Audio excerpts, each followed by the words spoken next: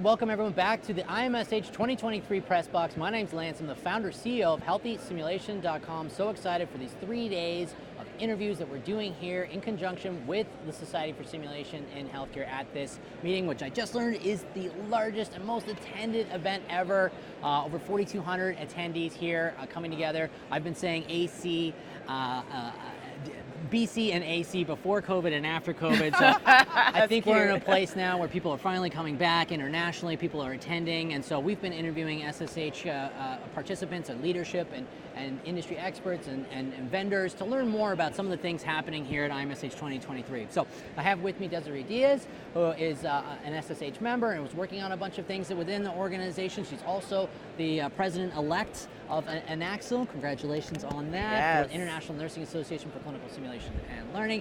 And Kellie Bryant is also with us here as well. So both of you are members of SSH. Thank you yesterday, by the way, for the presentation, for inviting me to be a part of that. We were talking about social media and how we can utilize that to promote ourselves and our simulation programs. That was fantastic. But yeah, tell me a little bit about some of the ways that you as members have interacted with the community, have supported through development, some of the projects and task force and teams and resources that you're all working on. Desiree, we'll start with you.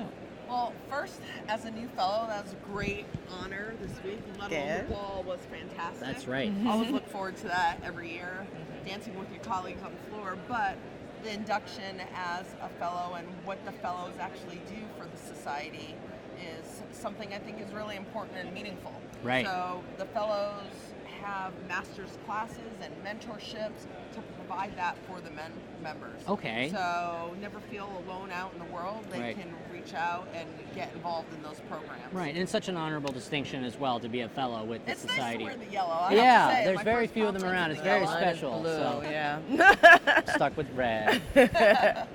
But yeah, okay, so great. And then also, I know you're working as well, Kellie, with things on DEI. And so tell me a little bit about that. Yes, I have the pleasure of being a part of the DEI committee, which is new. I think, matter of fact, we became a committee after today. After Oh, okay, convention. so it's we kind were a of task elevated force now. first, Okay, and then we appreciate put that. our goals together and our mission and all of that. Perfect. So no, it's a pleasure to be a part of that committee, and we've been doing some work, even though we're new.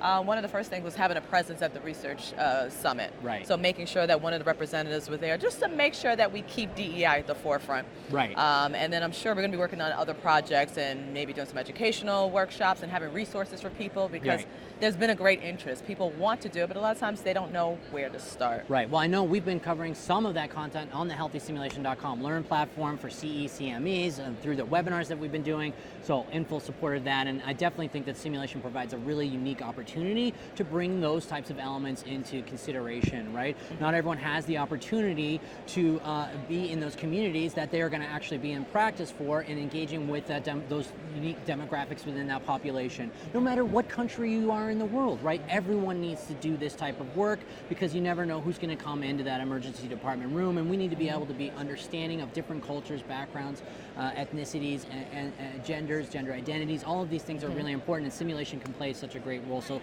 great to know that this has been elevated. Now it's a committee, and more work can get done, right? And so I know that's happening in a variety of different ways. There's so many different SIGs or special interest groups out there, and so there's really a place for everyone. Or if you don't see it being there, you can create it here at the Society and at IMSH to make it happen.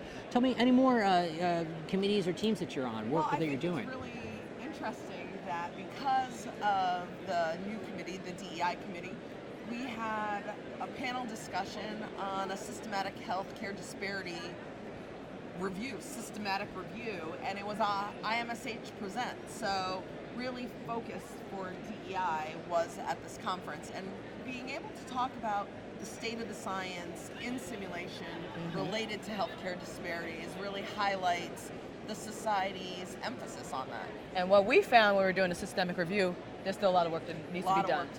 A lot of work that needs to be done. Yeah, right. We need to bring this to the forefront and start to include it. And that's I think part of the opportunities that we see here at the meeting and for the society is exploring this new field and the things that are necessary in order to make it meaningful and make it provide performance improvements and opportunities to learn from and train from and grow from, right? And so bringing the community together enables us to identify these things and then start to get to work on them, right? I know there's recent research on distance-based learning, all of the impacts impacts of COVID that have taken place over the last couple of years. So, lots of new areas that are being discovered as well, new technologies here. And I think the key research in these fields is going to be really important to demonstrate these opportunities for improving clinical outcomes through new digital and remote-based technologies. Clearly, we've seen a lot of that too. But just tell me, have you seen anything here on the exhibit floor that's been really exciting for you this year? Anything that's really caught your attention?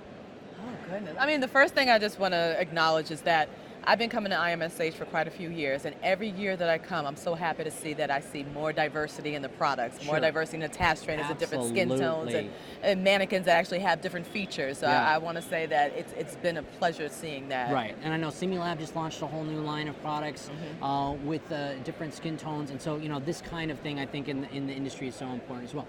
Desiree, anything you've seen on the floor that's been exciting? Diversity isn't just about race and ethnicity, right? There's such a diverse type of product here. So you have XR, you have attachable or extendables, all wearables here with Avkin behind us. I couldn't find the right word. Sure. You have a hologram. So there's just a variety, and I think that diversity in product is really important as well. Right, yeah, and so you could really see the full scope and range of tools that are available here at the exhibit hall. And then finally, any sessions that you've been a part of that you've been really excited about so far? So things that you've participated in. I just came from one today, and that's another thing I love about this conference. It gives me those moments that, ooh, I like that, I'm gonna try that. And it was with Jenny Rudolph, and they were showing they were saying to get away from wearing the HoloLens and I shouldn't name HoloLens, but anyway, the headsets. Sure. And having more so, I don't know what the word for it, when you have it on the screen. I think you have it also. The room where it's projected onto the wall. Yes. Immersive screen technology. Immersive screen, we'll call it that. Sure. And so that opened my eyes to that. And then even taking it a step further, she talked about ways that we need more research and how we can use that to teach about implicit bias and measure students. So it's demonstrating some new areas for you where worth considering and thinking about. You see any great I really enjoyed the plenary yesterday. Okay. Not being afraid to fail. I've failed so many times. Right. And when you look around, who's there to brush you off and help you on the next step, or even to try that same failure again, but in a different lens. Right. I was really inspired by that. That was inspirational. So it was very energizing and a really great way to kind of continue the momentum of the conference here. And I think that's the thing. We're all in a sense early adopters to this type of technology and this type of methodology. And so we're going to get beat up a little bit along the way as we try to help our peers to understand the learning outcome opportunities and benefits of training through simulation. So, really good opportunity to connect with peers here so that you can cope with the challenges back at the institution and understand there's others out there like you that are trying to go through these same challenges, and we can all work together to improve everything so much. Well, thank you so much for joining me here for this interview. I look forward to more sessions from you too. So in the future. Thank you for having us. Thank you. Absolutely. Here at the show and online at healthysimulation.com. So folks, we'll see you all at the next ones. Visit us at imsh2023.org and healthysimulation.com. We'll see you at the next one.